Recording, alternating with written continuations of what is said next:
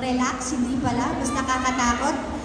Tita Emmy, sa lahat po ng mga mayor ng Metro Manila, sasabihin ko na sa inyo, mahirap palang tumatakbo ng senator at mayor dahil may nag-aantay na trabaho sa atin pagdating ng pagkatapos ng mga sortie, ang trabaho ay tuloy-tuloy. Baka ho dun sa iba na hindi nakakaalam, bago po ako naging mayor, ako po rin naman ay naging membro ng Kongreso.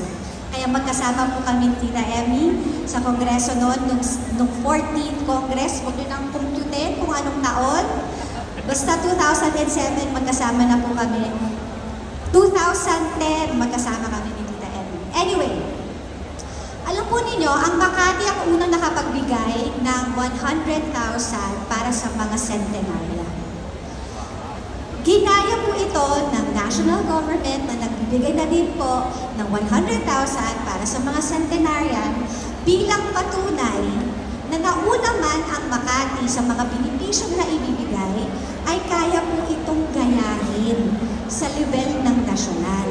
Kaya minsan alam ko, nagtatampo ang aking mga kapwa-mayor kasi pag namimigay po ako ng gamit sa Makati, may magka-comment na hashtag sana all.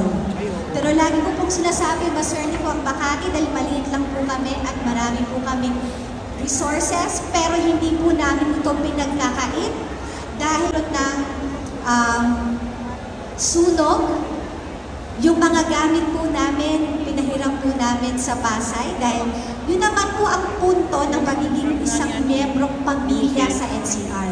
Kami po ay nagtutulungan. Kitang-kita po yan, lalo-lalo na nung COVID.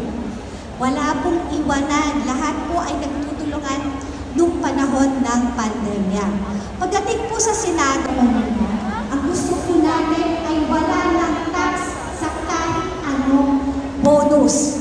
Lahat ng overtime pay, lahat ng 13th month pay, 14th month pay, performance bonus. Dapat yun, wala ng tax dahil pinaghirapan po natin yun. At dadating naman na ang pera na makukuha natin ay gagamitin din naman natin panggastos, pambili ng gamot, pambili ng pagkain para ibigay sa ating mga anak. Tatlo po yan na aking priority.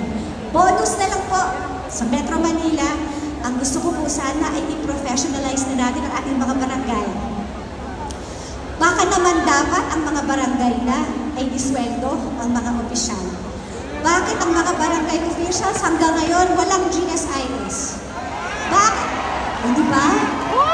Bakit yung mga PHW natin hindi pa natin na po professionalize at wala silang security of tenure? Ibig sabihin, pag hindi sila gusto ng barangay captain, bye-bye.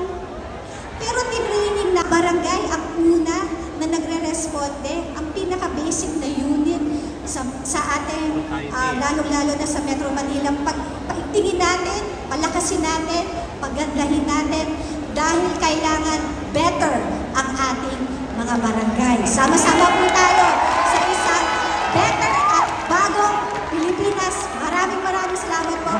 Abi Binay, Binay, sa balot.